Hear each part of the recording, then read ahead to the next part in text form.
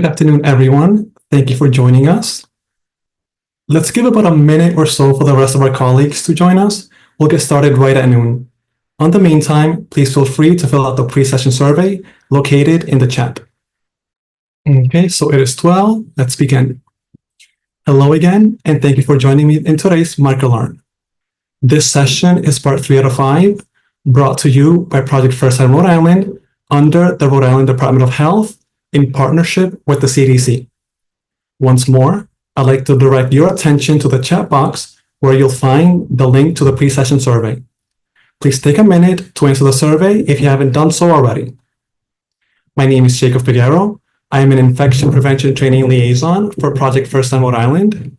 In today's Microlearn, we'll explore infection control actions to keep our patients and self safe with situations with the potential for exposure for blood. This session is for 15 minutes. We'll have a short Q&A at the end that could go a little over, but feel free to stay if you want to go over questions. Let's begin. So today's topic is, what should you do if you see blood? Now, please feel free to take a minute if you'd like to introduce yourself in the chat box by telling us your name and your organization. Very good, thank you. I'm so glad to meet everyone, and if you're returning, I'm glad to see you again, and I'm happy you are all able to join me for today's Microlearn. The chat box feature is available to connect with our behind-the-scenes team members, so please feel free to add your email if you'd like to be included in the subscribers list. The chat will also be open to share experiences and interact with participants throughout the session. And then we have the Q&A box. The Q&A box is for your questions that we will happily answer at the very end of the Microlearn. Using a Microlearn. Before presenting a Microlearn, check first with the policies and protocols at your facility and adapt the content accordingly. Incorporate Microlearns into existing opportunities where groups of healthcare workers gather, such as a pre-shift huddle or team meetings. The session should be led or facilitated by an experienced team member with infection control expertise. The Microlearns reinforce infection control concepts when risks are observed in patients or in the patient environment and not necessarily in visitors or other staff members. If a team member witnesses a patient in distress, such as shortness of breath or bleeding, they should respond to the emergency per the facility protocol. So here's today's agenda. We've gone over our welcome and introductions. Next, we'll go over the learning objectives, exposures in the healthcare setting, infection control actions when encountering blood. Then we have the reflection, resources, and references. And in the end, we have the end of session feedback in the Q&A session. Here are today's learning objectives. Understand what a Microlearn is and how to use it. Understand the importance of infection control actions when you see blood. And review how to handle and dispose sharps safely to avoid bloodborne pathogen exposure. Using the Microlearns. The Project Firstline Rhode Island Infection Control Microlearns are a series of guided infection control discussions that provide brief on-the-job educational opportunities. Each Microlearn focuses on a single infection control topic and connects infection control concepts to immediate practical value. Healthcare workers can easily apply the key points to their daily work and perform the recommended actions to keep germs from spreading.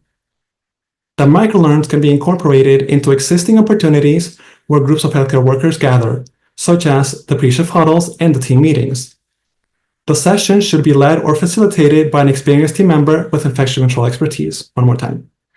Each Microlearn contains a discussion guide, which is pictured on the left, and then we have the job aid pictured on the right that the facilitator can use and guide the discussion and use as resources.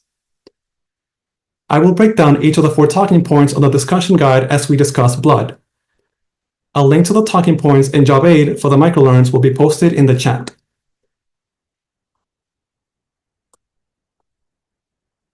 So first, you want to introduce the topic to your staff. Let's start with learning about bloodborne exposures in healthcare. In healthcare, it is not uncommon to take care of patients with bloodborne infections. People who are infected with bloodborne pathogens don't always have symptoms, but their blood can still have the virus in them and transmit them to others. The pathogens in blood that are most concerning in healthcare are HIV, hepatitis B, and hepatitis C. Bloodborne exposures can happen via an accidental sharp injury, through contact of non-intact skin, like an abrasion, blister, or cut, or through the mucous membranes, like the eyes, nose, and mouth. Second, expand the topic by going over infection control actions that protect the patient and healthcare worker from exposure. Clean your hands. Hand hygiene or clean your hands means cleaning your hands by using either soap and water or alcohol-based hand sanitizer. By cleaning our hands, we reduce the risk of transmission of bloodborne pathogens to ourselves and to others that can be picked up from different tasks. It is important to know when to use soap and water and when to use alcohol-based hand sanitizer. Now, let's say that after you remove your gloves, you notice that there's blood on your hands. You will use soap and water to wash your hands, and if your hands are not visibly dirty, it is acceptable to use the alcohol-based hand sanitizer. Now remember that gloves are not a substitute for cleaning your hands. Always clean your hands after glove removal. As part of standard precautions, PPE is selected on the nature of the patient interaction and anticipated exposure to blood or body fluids. We will do an assessment of what PPE to use prior to cleaning anticipated blood or during a procedure. Standard precautions is about looking at a situation, anticipating the risk, and taking the appropriate steps to prevent harm regardless of patient infection status. If we see blood or anticipate there being blood, we will use gloves to protect our hands. If blood touches the clothing, it can soak in and go to the skin, so we will use a gown to protect our clothing and our skin. A face mask protects the mouth and nose from blood droplets. And we will wear eye and face protection when anticipating blood and bodily fluids splashing during a procedure. Now remember that for PPE to work, it must be used correctly every single time. It is so important to handle sharps with care because we know that it puts the healthcare workers at risk of bloodborne pathogen transfers. Here are some considerations when handling sharps. First, when you're using sharps, plan ahead. Pick one location to keep sharps before you start a procedure so that you can keep track of them. Also, be aware of surroundings and look for sharps. If you're approaching a place where a procedure was done, be careful handling linen or other items that might be hiding a needle or use sharps. Injuries can occur when the sharps are left behind. And after use, sharps should immediately be placed in the sharps disposal container. These containers are designed to prevent accidental needle sticks, are puncture resistant, and are near the point of use. Replace the container when it's 3/4 full. Third, let's discuss together some questions you or the staff may have when you see blood. Now here are some questions for you, the audience. Please feel free to respond in the chat. So our first question is, what do you usually do when you see blood? And is it different from what you've learned today? Please feel free to participate. Anthony, I see put on PPE. Important, standard precautions, right? And let's see, our second question is, do you worry that you might catch something? So it is normal to feel scared when we're encountering blood when handling sharps. We can relieve this worry by knowing what actions to take to protect ourselves and those around us, right? A third question is, when might you call for help or assistance? So when do you guys think you might need assistance? So you might call for help or need assistance, during any procedure where two hands are needed, right? So you can think about putting in an IV on a fidgety individual, or also giving a child an injection. I've given, children injections plenty of times, and I'm always thankful there's an extra set of hands that can keep me, the child, and everyone around us safe. Exactly. Mario, if I cannot clean it up by myself and I don't have the necessary supplies to do it. Big time. And that actually coincides with the next question. Do you have all the tools and information you need to do your job safely? Do you know where the proper PPE is? Do you know where the supplies are? And do you know who to contact if you need your supplies replenished? And also, do you know what products to use to clean blood? And do you feel supported and know how to use the sharps and safety features in your workplace?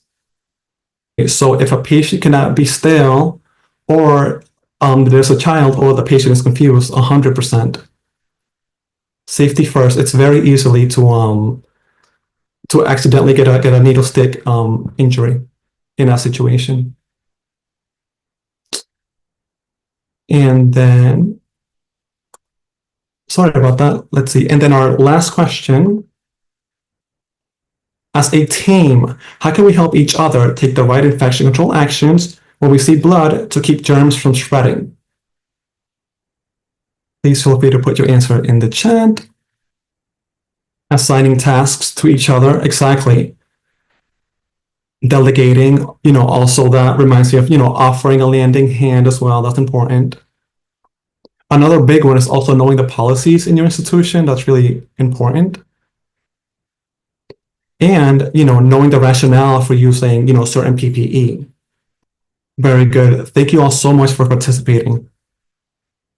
And fourth, you want to reinforce the key takeaways. So we know that infection control actions are vital to prevent transmission of bloodborne pathogens and safeguard both the patient and ourselves. So what will we do when we see blood? We'll select the PPE based on the nature of the patient interaction and anticipated exposure to blood or bodily fluids. We'll clean our hands appropriately as an important step to reduce the spread of bloodborne pathogens. And we'll always handle needles and sharp items carefully and safely, dispose of them in puncture-resistant sharps container to prevent injuries. So right here are today's references. Now, I invite you to please take the 3-question poll on your screen. This will help us improve our future training sessions for your learning needs. Thank you for that. Now, if you have questions, please place them in the Q&A box and we'll happily answer them. And please join us, not the next week, but the week after, for our last 2 microlearns presented by my colleague, Lisa Ledoux. One topic will be cough and congestion, and the other one will be on diarrhea. Thank you all for joining us. Enjoy the rest of your Thursday, and see you guys soon. Bye-bye.